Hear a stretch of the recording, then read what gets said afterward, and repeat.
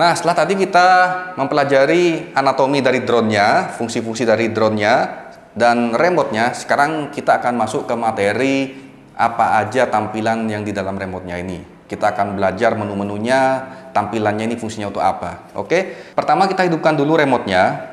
Tombol ini, caranya tekan satu kali, kedua kalinya agak lama. Satu, dua kalinya agak lama. Nah, sampai dia merespon. Oke, biarkan aja karena dia sedang loading. Sekarang kita hidupin drone-nya. Caranya juga sama ya. Tekan satu kali, dua kalinya agak lama. Oke. Drone sudah hidup. Dan pastikan tutup gimbal dibuka ya teman ya. Nah, selebihnya sekarang saya akan masuk ke screen recording. Nah, sekarang saya akan mau mengkonekkan ke WiFi ya. Bagaimana caranya? Gampang sekali, kita scroll ke bawah ini ya, tampilan layarnya. Kemudian di sini ada WiFi, kita klik agak lama. Nah, di sini ada WiFi ya, saya masukkan ke sini. Nah, masukkan aja passwordnya.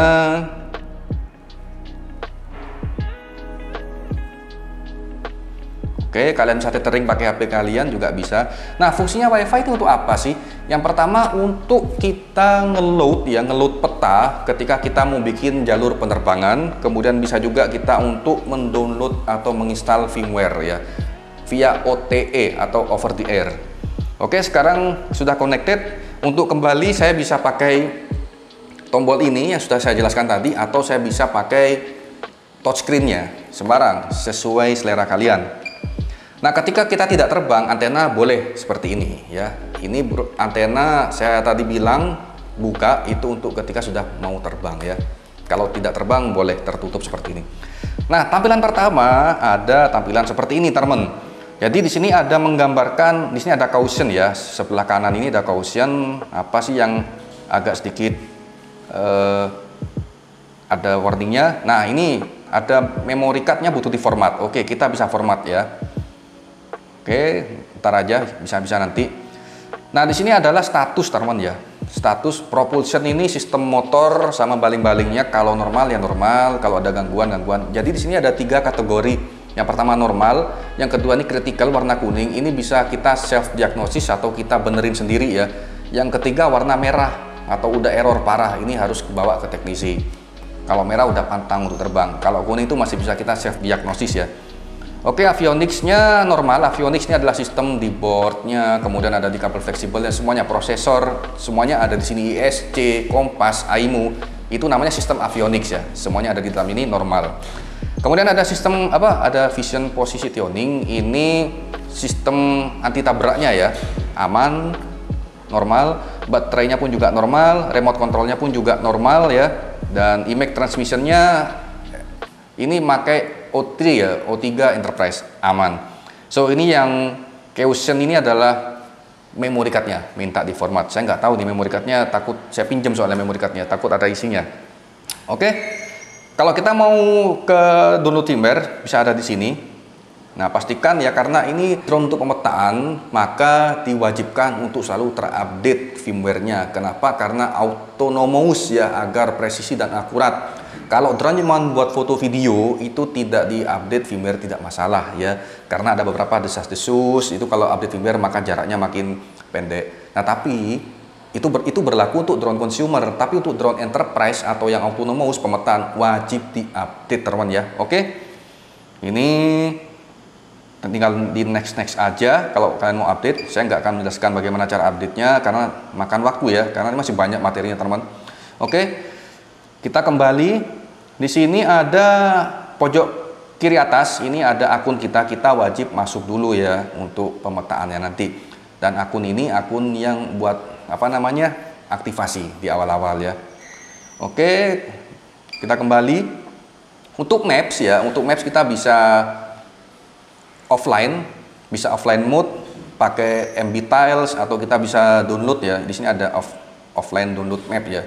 Kita bisa mau download kalau kita mau berencana pergi ke hutan, pemetaan hutan atau daerah yang memang susah sinyalnya.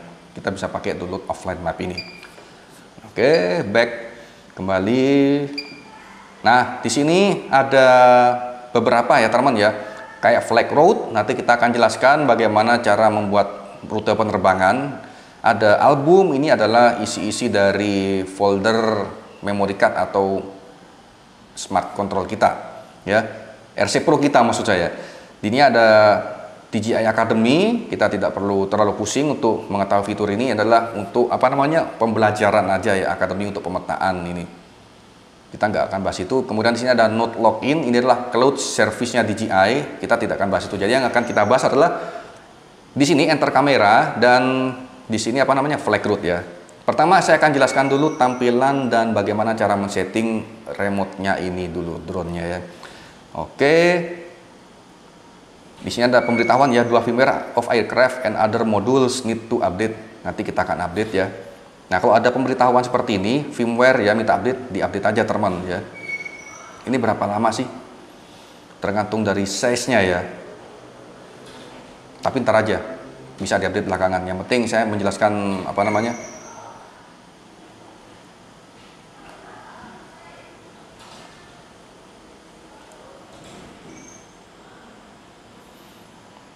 wah ini karena terlanjur sudah saya oke ya untuk update firmware-nya, ya sudah biarkan dulu teman ya. Mungkin videonya sementara saya pause dulu, saya stop, nanti habis ini saya lanjutkan lagi karena sudah terlanjur saya klik download firmware. Nah tadi saya ada yang kelupaan teman. Jadi di bawah ini ada slot buat micro SD, ada slot USB port Type C, kemudian ada slot buat ini apa namanya, mini HDMI. Jadi untuk mini HDMI ini untuk kita mirroring ke sebuah layar monitor atau ke proyektor, jadi untuk live streaming ya. Oke, kemudian Type C ini bisa untuk nge-flash remote-nya atau fungsi utamanya adalah buat ngecas ya. Kemudian berikutnya ini ada micro SD. Fungsinya buat apa sih? Satu, ini fungsinya untuk menyimpan screen recording yang seperti saya screen recordingkan ini. Kemudian bisa juga untuk menyimpan data log ya, log data. Kemudian yang berikutnya bisa untuk import data KMZ atau .kml kalau kita membuat misi pemetaannya pakai Google Earth. Jadi kita tinggal masukkan memory card-nya yang sudah di copy file .kmz atau .kml-nya, lalu kemudian kita import untuk dijadikan sebagai rute terbang yang kita bikin di Google Earth. Nah, barusan kita sudah download firmware-nya, caranya seperti itu. Tadi saya skip karena ya cuman hanya menunggu saja dan di oke-oke aja. Oke, sekarang kita akan masuk ke enter camera view. Saya akan jelaskan tampilan yang ada di menu-menu remote DJI Mavic 3 Enterprise. Oke, kita klik. Nah, ketika kita pertama klik di sini ada pre-flight check ya. Pre-flight check ini cek sebelum terbang. Di sini meliputin, ini abaikan ya yang caution ya. Jadi caution ini tadi sudah saya jelaskan, ini memory card-nya belum format. Nggak saya format, takutnya ini memory card perlu ada yang dipakai isinya teman ya. Jadi abaikan, bukan error, cuman memory card-nya tadi format. Oke. Di sini ada make sure aircraft arms are completely unfolded. Jadi pastikan lengan dari drone-nya itu sudah terbuka ya. Kemudian di sini ada RTH, jadi kita bisa kayak shortcut ya. Shortcut itu jalan pintas untuk RTH-nya, kita mau pulang di ketinggian berapa meter, kita tinggal cek di sini. Kita tinggal ganti sini daripada kita harus masuk ke menu-menu dalam. Jadi sebenarnya adalah pre-flight check ya, atau untuk shortcut. Kita bisa ngatur maksimal altitude, RTH, ketinggian RTH-nya. Kemudian di sini ada home point, ini ada yang gambar drone sama gambar orang remote. Kalau orang sama remote ini, maka drone-nya akan pulang mengikuti arah pergerakan kita yang megang remote-nya. Dia akan pulang ke arah remote ya. Ini berfungsi kalau kita pemetaannya moving, area luas banget ya. Terus kemudian dari titik 1 kita mau pindah ke titik 2 karena areanya sudah mulai sangat luas. Ini kita pakai yang ada remote gambar orangnya. Kalau yang gambar drone itu ya sudah, kita pulang ke tempat tadi drone-nya take off, teman ya. Oke, di sini ada obstacle avoidance, ada brake, avoid atau off. Kalau kita pilih brake, maka ketika dia ada sesuatu yang mau nabrak, dia akan ngerem ya. Kalau avoid, dia akan menghindar. Saya sarankan yang brake agar tidak salah baca. Ini horizontal sensing semuanya sampai ke bawah, downward, upward. Ini masalah kepekaan, kapan dia ngerem, berapa meter dia ngerem, dan kapan berapa meter dia akan alert. Titit. Nah, ini saya set untuk brake-nya ya, kalau 4,9 meter dia akan ngerem ketika jarak 5 meter dari obstacle. Ini bawaannya ya segini semua teman ya. Atau kalau kita mau make sure lebih aman ya boleh jadi 2 meter atau jadi berapa, sembarang, ini terserah kita ya. Kemudian di sini ke atas ada critical low. Nah, ini saran saya baterai drone agar awet itu 30% sudah harus turun landing ya. Jadi critical low bisa kita bunyikan di baterai 30% ya, agar memperingatkan kita 30% harus segera pulang dan turun drone-nya. Nah, ini yang 10% ini adalah kalau sudah nyampe 10% maka drone-nya akan langsung landing ya, landing otomatis. Itu bahaya. Jadi jangan sampai 10% baterai drone-nya, 30% sudah harus turun atau udah OTW pulang ya. Sesuaikan dengan jarak pemetaan kalian. Di sini ada control stick mode 2. Ini adalah mode stick yang biasa kita pakai untuk internasional kebanyakan, dan para pilot drone di Indonesia sepakat kita pakai mode 2 ya, karena mudah untuk mempelajari dan banyak tutorial di YouTube. Di sini ada maximal distance flight, kita off kan karena kita agak mau membatasi jarak maksimal terbang drone-nya, biarkan dia sampai putus sinyal berapa ya. Kemudian di sini ada signal loss action, ada 3 opsi. Ada return to home, kalau sinyal putus maka dia akan pulang kembali ke rumah. Kemudian ada land, jangan pencet land ya. Ini pencet land ini kalau sinyal putus maka dia akan landing di sono. Tambah hilang drone-nya kalau nggak ada yang jaga ya. Kalau hover ini adalah kalau sinyal putus maka dia akan melayang. Ini sudah berkali-kali saya jelaskan banyak di YouTube video-video kita. Kalau apa tuh return to home, kapan dan fungsinya dipakai ya. Kalau hover ini lebih kalau kita terbang indoor ya, terbang indoor agar ketika kita pakai drone-nya buat nyuting itu tidak ke atas drone-nya ketika sinyalnya putus. Karena kalau RTH itu drone-nya naik dulu baru dia akan pulang turun. Nah, di sini ada beberapa informasi seperti kita sedang ada di normal mode ya. Kemudian home point-nya nih unset ya, karena kita syutingnya lagi di dalam gedung. Si drone-nya tidak menangkap GPS, maka dia tidak bisa membaca sinyal GPS untuk mengeset titik di mana sedang berada dia. Di sini ada persentase baterai, voltase baterai, kemudian ada persentase baterai remote, memory cardnya tidak terbaca. Habis ini saya nanya ke teman saya deh, mau tak format memory cardnya, controller A ya. Oke, ini pre-flight check-nya sudah kita pelajari. Kalau kita sudah oke, kita bisa close aja dulu. Nah, ini sekarang kita masuk ke menu yang ada di remote-nya teman ya. Oke, seperti ini. Nah, pertama, ini ada kedap-kedip ya. Kedap-kedip kita cek dulu memory card system not supported. Oke lah, tadi udah saya jelaskan memory cardnya tidak support ya. Minta harus diformat dulu. Nah, ini sekarang kita ada di mode N ya. Mode N normal mode untuk pemetaan. Kemudian di sini kita masih pakai lensa wide ya. Saya jelasinnya dari atas ya, atas kiri ke kanan ya dulu ya. Di sini ada warna merah, GPS-nya belum menangkap ya, karena kita syutingnya di dalam gedung, tidak menangkap GPS. 0 GPS dan weak signal, oke. Kemudian di sini ada sinyal RC, ini radio kontrol ke drone ya, strong RC karena jaraknya masih dekat. Kemudian ada baterai, indikator baterai 79%, voltasenya 16,38. Temperatur baterainya 35,2 derajat Celcius. Saya sarankan kalau temperatur baterainya sudah menjelang 50 derajat Celcius, segera turun dan ganti baterai baru agar lebih awet baterai nanti ya. Oke, ini 3 titik, 4 titik ini 3 titik ya. Untuk menu-menu berikutnya nanti akan jelaskan berikutnya. Saya mau jelaskan dulu yang di awal-awal. Untuk amannya saya akan lepaskan dulu baling-baling drone ya. Khawatir nanti akan take off drone-nya. Untuk safety faktor keamanan, saya lepas dulu baling-baling drone-nya. Oke, sebelah sini turun ke bawah ini adalah untuk kita mengatur image ratio. Ini karena tidak untuk untuk pemetaan ya, kita tidak bisa mengganti image rasionya. Kalau buat foto-foto consumer kita bisa 16:9, ini cuma 4:3 aja. Image format Image format bisa RAW, bisa JPEG plus RAW sekali jepret ya. Oke, kemudian di sini buat video, kita harus mengaktifkan ke mode video. Di sini ada, nah kita bisa ngatur aperture semuanya, shutter ya. Kalau kita ke mode manual, nah ini kita bisa ngatur ISO berapa, terang apa enggak, udah mending auto aja dah ya. Nah ini fungsi manual ini kapan berfungsi teman ya? Kalau ketika kita pemetaannya itu situasinya agak mendung. Nah kita kurang yakin sama kinerja dari auto ini ya, kita bisa setting manual untuk dinaikin dikit shutter sama ISO-nya ya. Oke, kemudian nah di sini ada kotak ini ya, pengaturan untuk foto atau video ya. Nah, ini kita bisa ke mode video ya, bisa 4K, 4K maksimalnya 29,97 fps ya.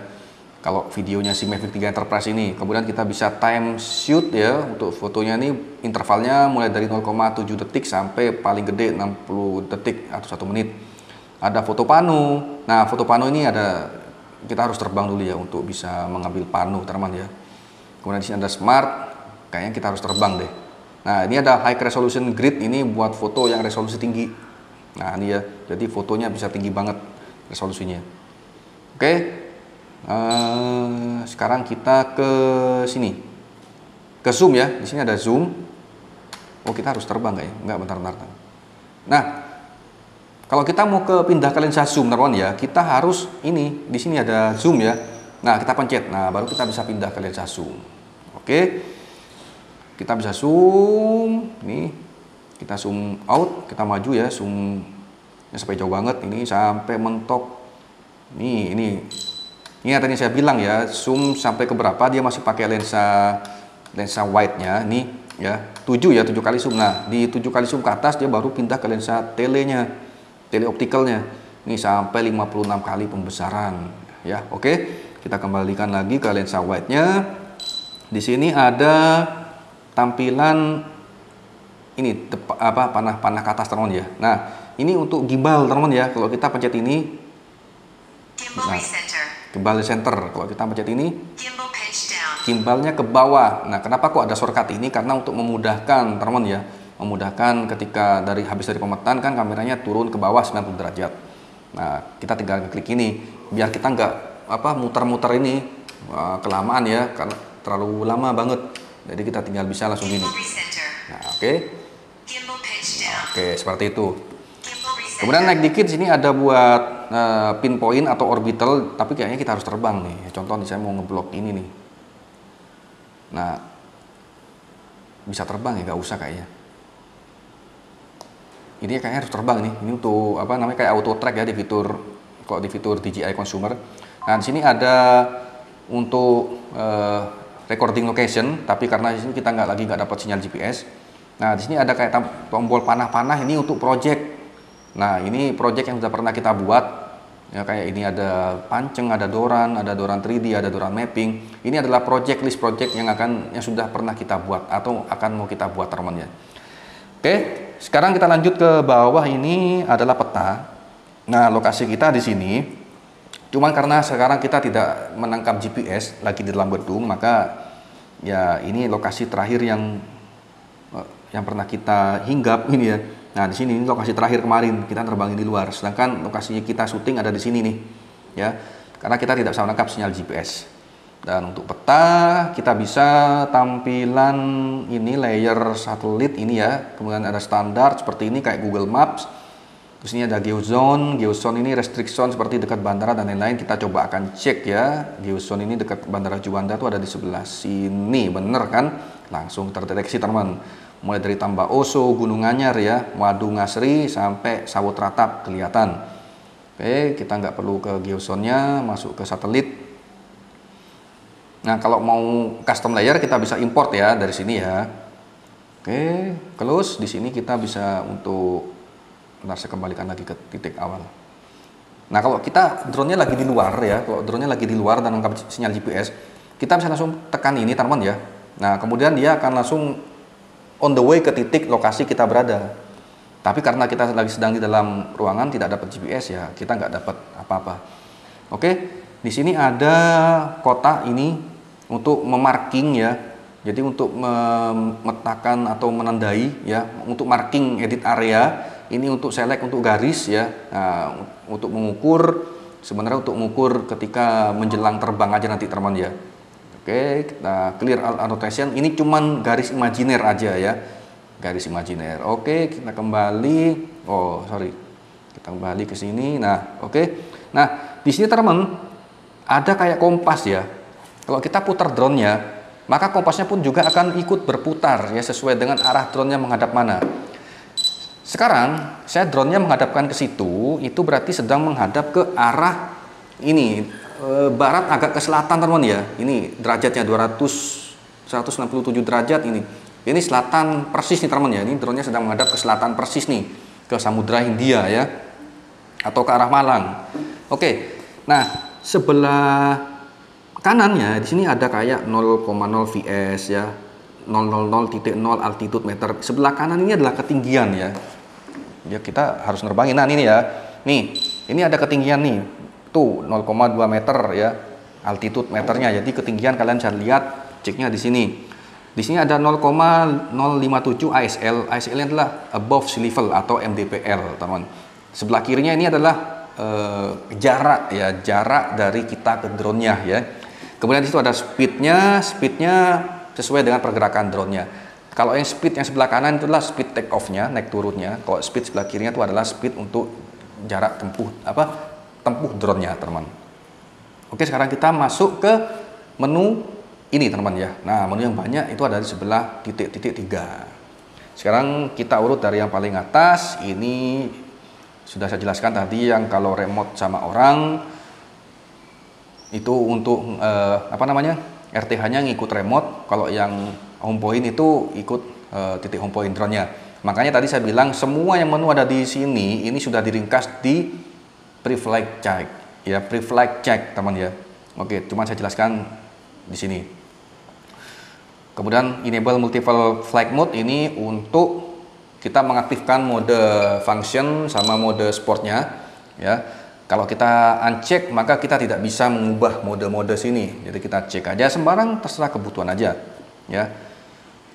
Oke, kemudian ini ada return to home, kita pakai yang preset aja, preset kalau optimal nanti kita bisa ngatur-ngatur, preset aja sembarang ya.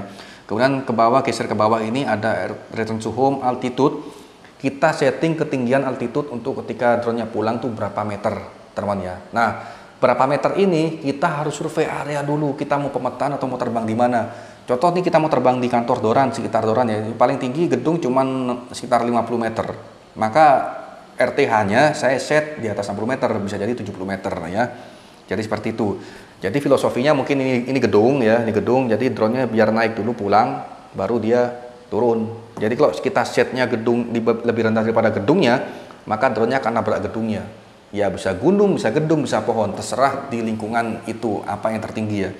Jadi kita isi RT altitude ini lebih tinggi daripada titik tertinggi atau objek tertinggi di daerah tersebut.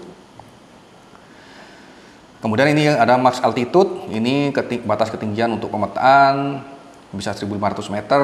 Cuman karena kita di Indonesia itu maksimal ketinggian yang diizinkan adalah 120 meter sesuai dari DKU PPU ya, untuk daerah KKOP. Distance limits kita nggak usah dicentang, karena kalau kita centang maka dia akan membatasi dirinya untuk terbang sejauh mana. Oke, kita uncheck aja agar tidak ada batasan jauh. Sensor status, nah ini ada sensor IMU, Inertial Measurement Unit ya. Ini sensor kalau kita goyang-goyangin gini, gyroscope dan lain-lain. Ini biasanya kita perlu kalibrasi kalau kita sudah berjalan atau berpindah 100 km dari tempat pernah yang kita terbangkan ya. Tapi kalau masih di situ aja ya nggak usah dikalibrasi. Biasanya kalau udah kena goncangan mobil ketika pengangkutan atau di dalam tas motor, saran saya harus dikalibrasi ya. Di sini ada kompas, sensor kompas. Wah, ini kompasnya merah nih. Ini bukan error, tapi memang di sini adalah dalam gedung, tentunya ada konstruksi baja, dan tentunya di meja ini ada besi-besi. Hati-hati ya, ketika sudah pur atau sudah merah kita harus kalibrasi kompas dan segera menjauh dari titik itu. Kebetulan titik ini parah kompasnya, magnet errornya ya, intervensinya sangat tinggi magnetnya, jadi saya harus pindah ke titik lain dan segera kalibrasi kompas. Cara kalibrasinya pun juga mudah, saya akan praktekkan ya. Klik kalibrasi kompas dan ikuti. Di sini ada gambar ya, ikuti itu. Drone-nya saya putar berlawanan dengan arah jarum jam. Tentunya kita harus geser dari lokasi ini ya. Oke, setelah tidur, sekarang kita berdirikan drone-nya berlawanan arah jarum jam dari kiri ke kanan. Nah, oke, komplit. Nah, kompasnya udah mulai bener lagi tuh, hijau lagi teman. Tapi setidaknya kita harus pindah lokasi dulu ya. Jangan dipaksakan di titik lokasi yang masih terinfeksi sama magnet error. Oke, kita kembali, sensor sudah. Kemudian ini ada gain and export tuning. Ini banyak berfungsi kalau kita di drone consumer yang foto video untuk sinematik. Karena ini pemetaan, kita tidak perlu sinematikan. Nah, nggak usah disetting. ya. Next, signal loss action, ya kita pilih return to home agar bisa pulang kembali ke rumah. Coordinate churn kita aktifkan aja. Ini seperti ini teman ya, saya analogikan. Coordinate churn ini ketika kita pemetaan itu kan gambarnya kotak-kotak tuh teman ya. Nah, ketika ada gap di sini dia muter itu smooth ya. Dia kan smooth muternya dan itu akan mengefisiensi waktu ya. Daripada kalau zaman drone sebelum Enterprise ini dia kan kalau udah mentok di titik poin sebelah sana putar balik, maju, putar balik lagi, jalan lagi. Nah, ini enggak, ini kayak swing, kayak melayang gitu teman-teman ya. Oke, improve aerodynamic efisiensi ya. Jadi ini kita centangkan aja. Nah, GNSS ini adalah Global Navigation Satellite System. Jadi di sini ada gabungan beberapa, ada 3 ya. GPS itu ya miliknya ya Amerika gitu kan. Galileo itu aku lupa ya. Galileo itu Eropa kurang lebih atau sama Rusia ya. BDS ini Beidou System jadi milik Cina. Kalau BDS doang ya kita cuma ngikut Cina ya. Jadi better kita 3 ini kita aktifkan semua. Jadi satelit dari Eropa, Rusia, Amerika sama Cina satu padu. Jadi kita cepat nangkep data satelit dan lebih akurat ya. Find My Drone ini ya buat nyari drone-nya, nggak usah dicari karena drone-nya masih ada di sini. Oke, kemudian kita dari tingkat 1 ke tingkat 2 sekarang ya. Nah, di sini ada sensor, logonya sensor. Ini ada obstacle avoidance. Kita pilih brake aja. Kenapa saya nggak pilih avoid? Kalau avoid ini ketika drone-nya dia mendeteksi sesuatu, dia akan mencari jalan keluar mana ya, lewat mana ya. Khawatir dia akan salah baca dan akan menabrak. Biarin aja dia brake ya. Terus kemudian kita ambil alih. Kalau kita off ya udah dia nabrak aja karena nggak ada sensor anti tabraknya yang nyala. Ya, kemudian di sini ada horizontal, upward, downward. Ini udah gak usah diubah-ubah. Ini adalah membacanya ya. Untuk membaca mulai berapa meter dia akan brake atau warning. Ini warning distance-nya bisa di set 16 meter. Jadi menjelang 16 meter dia sudah ada warning. Hati-hati bro, ini ada sesuatu di depan nih. Ya, kalau ini barat ada settingan 1,5 meter atau 1,9 atau 2 meter, ini dia akan ngerem ketika 2 meter ya, 2 meter dia sudah akan ngerem, tidak lagi memperingatkan tapi dia sudah ngerem ya. Jadi kita bisa setting di sini dan settingan ini bisa kalian ubah sesuai dengan selera kalian sendiri. Enable Vision Positioning adalah sensor bawah ya. Kalau kita off kan, jadi dia landingnya langsung landing aja. Kalau kita ini enak banget. Ini enak banget pas ketika kita nangkep landing pakai tangan. Jadi nggak bakal berhenti. ATT mode karena kita nggak dapat GPS. ATT mode ya, altitude mode ya. Kita nggak ada hold position. Oke, kita aktifkan aja enable vision positioning. Kalau kita nggak lagi ada rencana mau nangkap pakai tangan, kita aktifkan aja biar dia bisa membaca permukaan dulu ketika dia mau landing, teman. Oke, di menu obstacle sensor sudah. Sekarang kita ke menu remote teman ya. Ini ada 3 menu. Control stick mode ini sudah kita ikut internasional saja sesuai kesepakatan teman-teman pilot drone, yaitu mode 2 ya. Kecuali kalian kidal atau mode 1 atau mode gimana, ini pasti akan berubah. Tadi di awal yang sudah saya jelaskan, ini adalah untuk naik, turun, kiri, kanan, itu pasti akan berubah total kalau kalian mengubah dari mode 2. Karena saya praktekkan tadi adalah untuk mode 2 teman ya. Saya kembalikan lagi ke mode 2. Nah, kemudian yang di kedua ini ada remote control calibration. Kita nggak usah ya. Jadi kalau kita mau kalibrasi kita harus wajib off-kan dulu drone-nya. Kemudian nanti kita suruh maju, mundur, kanan kiri, roller kanan kiri ya untuk mengkalibrasi sticknya. Kemudian customize RC button ini. Nah, tadi yang saya bilang di sini ada 5D button ya. Ini adalah shortcut. Ini shortcut, kemudian di belakang ada shortcut ya, C1 dan C2. Kita bisa custom, contoh nih, select user, ada profile, template user 1 ya. Bahwasanya C1 di belakang ini untuk apa? Wide angle, zoom kamera, oke. Jadi kita bisa pilih ini. Kemudian C2 untuk map ya, ke video, switch. Kemudian C3 nih, pencet dua-duanya belum ditentukan ya. Bisa apa nih, bisa autofocus lock, mungkin autofocus sama manual fokus ya. Oke, sekarang kita buktikan nih ya. Tadi C1 buat apa? Bentar, saya coba klik.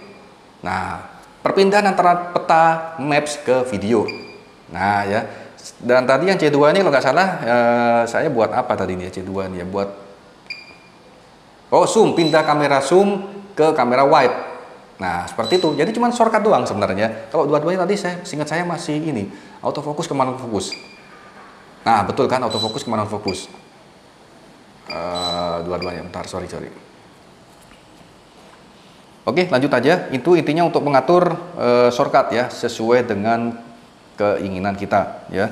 Jadi ada bisa combo C1 plus C2 dan lain-lain ya. Oke, langsung aja kita ke HD. Nah, ini kita HD ini adalah ke sinyal transmisi teman ya. Di sini ada works frekuensinya 2,4 GHz sama 5,8 sama 5 GHz ya. Kalau kita main aman aja, biar dia langsung otomatis switch, kita langsung pilih ke dual. Kalau kita mau aktifin salah satunya doang, ya udah ya. Jadi kita pilih sesuaikan dengan daerah yang kita terbangkan. Contoh, kalau kita di dekatnya perkantoran atau di gedung-gedung, maka sinyal 2,4 GHz itu sangat kuat, sangat parah intervensinya, maka kita pilih 5,8 ya atau 5G.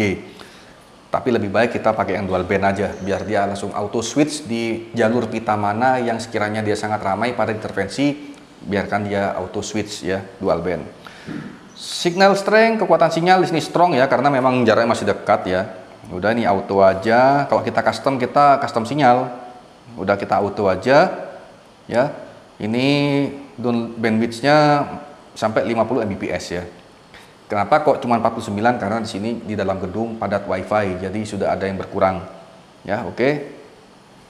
Terus kemudian ini ada video output tipenya, ada duplikat screen, ada kamera view, terserah pilih yang mana teman ya. Oke. Kemudian di sini ada output display, ada fit, ada fill, ini terserah pilih fit aja biar keisi semua. Kemudian ini ada show flag parameter, ini parameter untuk menampilkan penerbangan, nggak usah di off kan aja biar gak terlalu rame tampilan di layar depannya teman ya. Kemudian di sini kita masuk ke baterai. Nah, ini baterai ini ada catatan baterainya teman ya. Sekarang powernya 66%.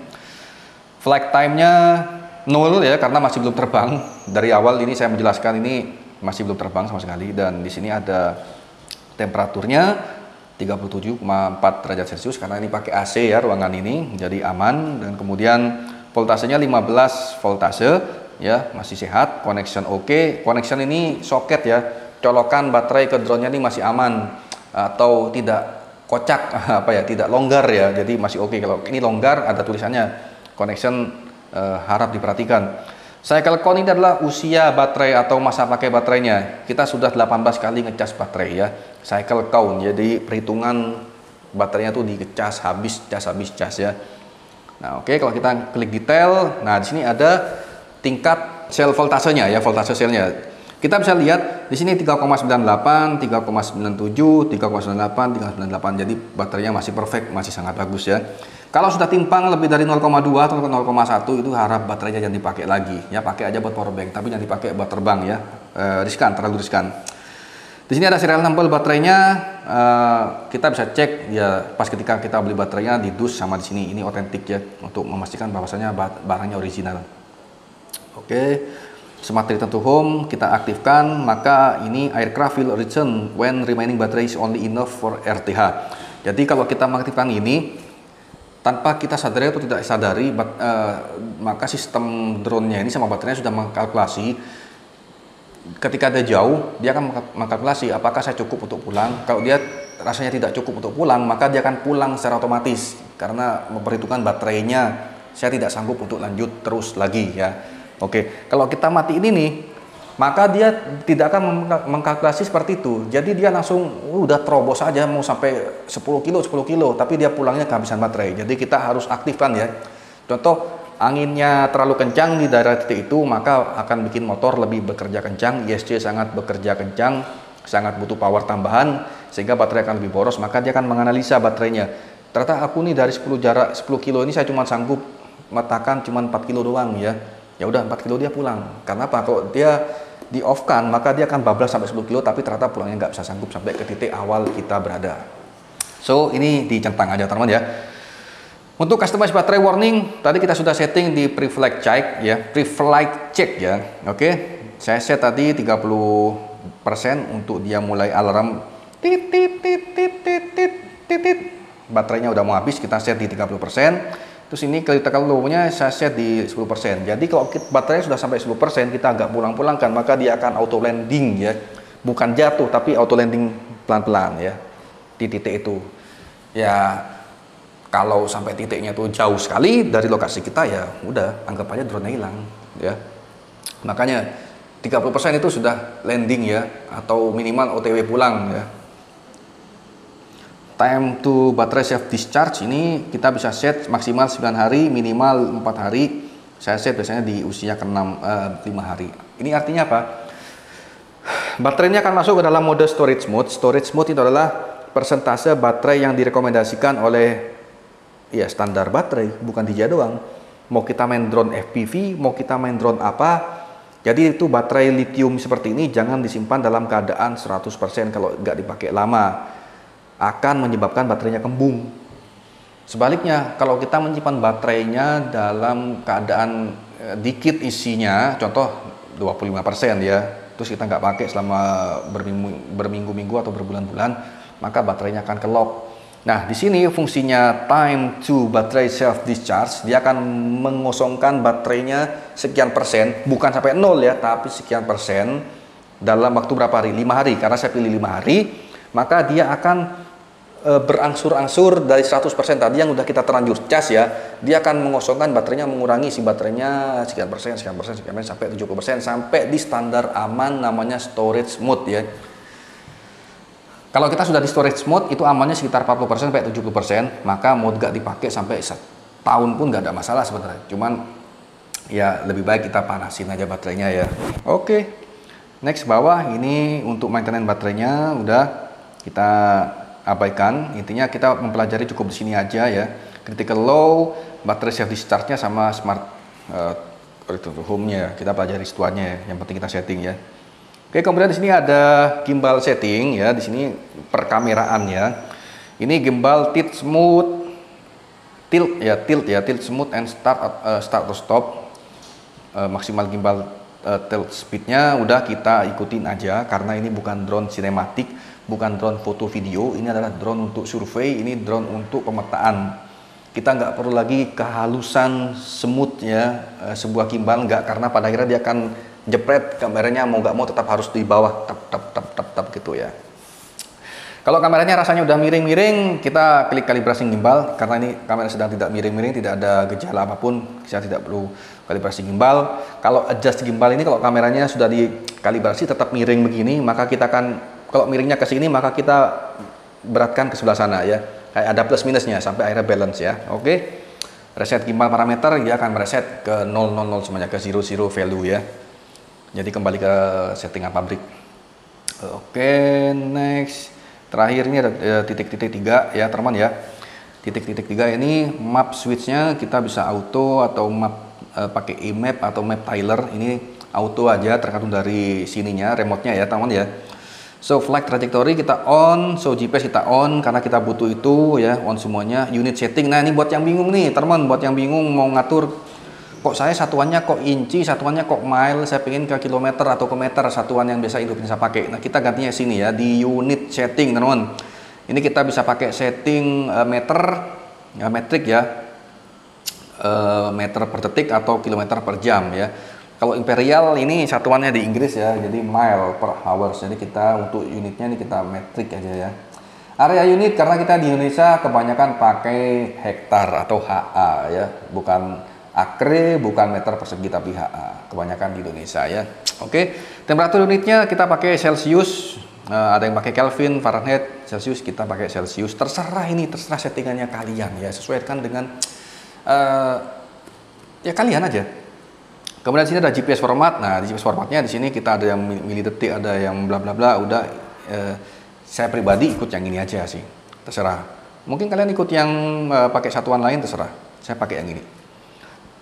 Oke, kita kembali. Di sini ada LCD setting. Nah, di sini setting ada discrete mode. Ini kita off kan aja. Navigation, beacon off nih ya. Tadi saya sudah jelaskan di awal tadi. Mungkin kalau kita mundur, ini ada beacon light ya. Ini keadaannya on atau off. Ini off ya. Sekarang kita on kan. Kita lihat apa yang terjadi. Dan kita on kan. Nah, drone-nya kedap-kedip, silau ya. Lampu bawahnya on, kita off kan. Nah ya, jadi battery auto. Nah ini beacon light navigation ya, navigation beacon light kita off. Nah jadi bottom auxiliary light ini bawahnya ya, ini untuk pemetaan yang agar lebih stabil ketika di rendah cahaya, pemetaan yang rendah. Bisa jadi kita pemetaan 3D, meta candi yang rendah, yang kecil, atau kita mau terbang rendah ya. Terbang rendah kita harus pakai ini bawah bottom auxiliary light ya, agar dia membantu sensor VPS sonar di bawah untuk lebih stabil teman-teman ya. Oke, kita bisa off kan, auto aja deh. Nah dia akan hidup ketika daerahnya sudah masuki waktu senja, bukan usia senja tapi waktu senja, waktu yang udah maghrib atau waktu subuh. Nah itu dia akan hidup ya. Kalau kita on kan ya on, off ya off. Kalau auto, nah dia akan hidup ketika situasinya udah senja. Navigation beacon off. Ini on ini kalau kita mau mencari unitnya, kalau landingnya di daerah yang tidak kita temukan, kita bisa pakai ini lampu beacon ya. Oke, back. Kemudian di sini ada device name ya, kita isi aja sendiri namanya, terserah. About. Nah, ini about ini ya. Ini kita bisa untuk ngecek versi firmware sekarang ada di berapa. Ada di sekian-sekian. Biasanya kalau ada firmware terbaru maka dia akan ada update terbaru. Nah, cek for update. Contoh nih aircraft version tadi kita udah update ya firmware-nya ya. Ini kalau udah update biasanya latest ya, versi terbaru. Di sini juga ada serial number-nya, flight control serial number sama remote control serial number. Nah ini karena sudah terbaru jadi nggak ada updatean lagi ya. Oke, menu-menu saya rasa udah selesai. Ini bentar ya, nggak ada yang ketinggalan. Oke, insya Allah nggak ada yang ketinggalan ya. Sekarang kita kembali ke depan untuk ke cara bikin mission flag-nya.